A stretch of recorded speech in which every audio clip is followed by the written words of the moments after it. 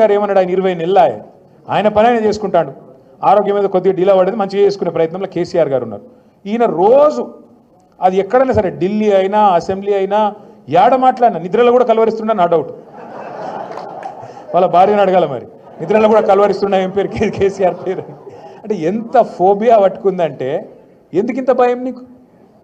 నువ్వు ముఖ్యమంత్రి కావాలనుకున్నావు, అబద్ధాలు చెప్పినావు, 420 అడ్డమైన హామీలు ఇచ్చినావు, ప్రజలు నమ్మినరు, ఓటేసిర్రు, నీకు అవకాశం ఇచ్చిర్రు, పని చేయి.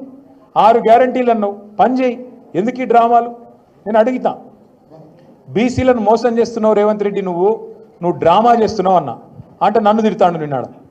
నీది డ్రామా, నీ పేరే డ్రామా. ఎవరది డ్రామా? నేను అంటున్నా ఇవాళ రేవంత్ రెడ్డి గారు, రాహుల్ గాంధీతో నీ దోస్తీ ఒక పెద్ద డ్రామా, మోడీ గారితో నీ కుస్తీ ఇంకా పెద్ద డ్రామా, చంద్రబాబుతో నీ దోపిడి, చంద్రబాబు చేస్తున్న జలదోపిడి విషయంలో నువ్వు ఫైటింగ్ చేస్తున్నట్టు చేసుడు అది పెద్ద డ్రామా, నీ మేనిఫెస్టో ఒక పెద్ద డ్రామా, నీ డిక్లరేషన్ దానికంటే పెద్ద డ్రామా, అన్నిటికీ మించి అసలు నువ్వు కాంగ్రెస్ పార్టీలో ఉంటావని నమ్మించుడే దానికంటే పెద్ద డ్రామా. అరే రే రే రే ఎట్లా నమ్ముతారో నాకైతే అర్థం కాదు. ఈ మనిషిని తెలిసినాక, ఈ మనిషిని చూసినాక ఎట్లా నమ్ముతారో నాకు అర్థం కాదు.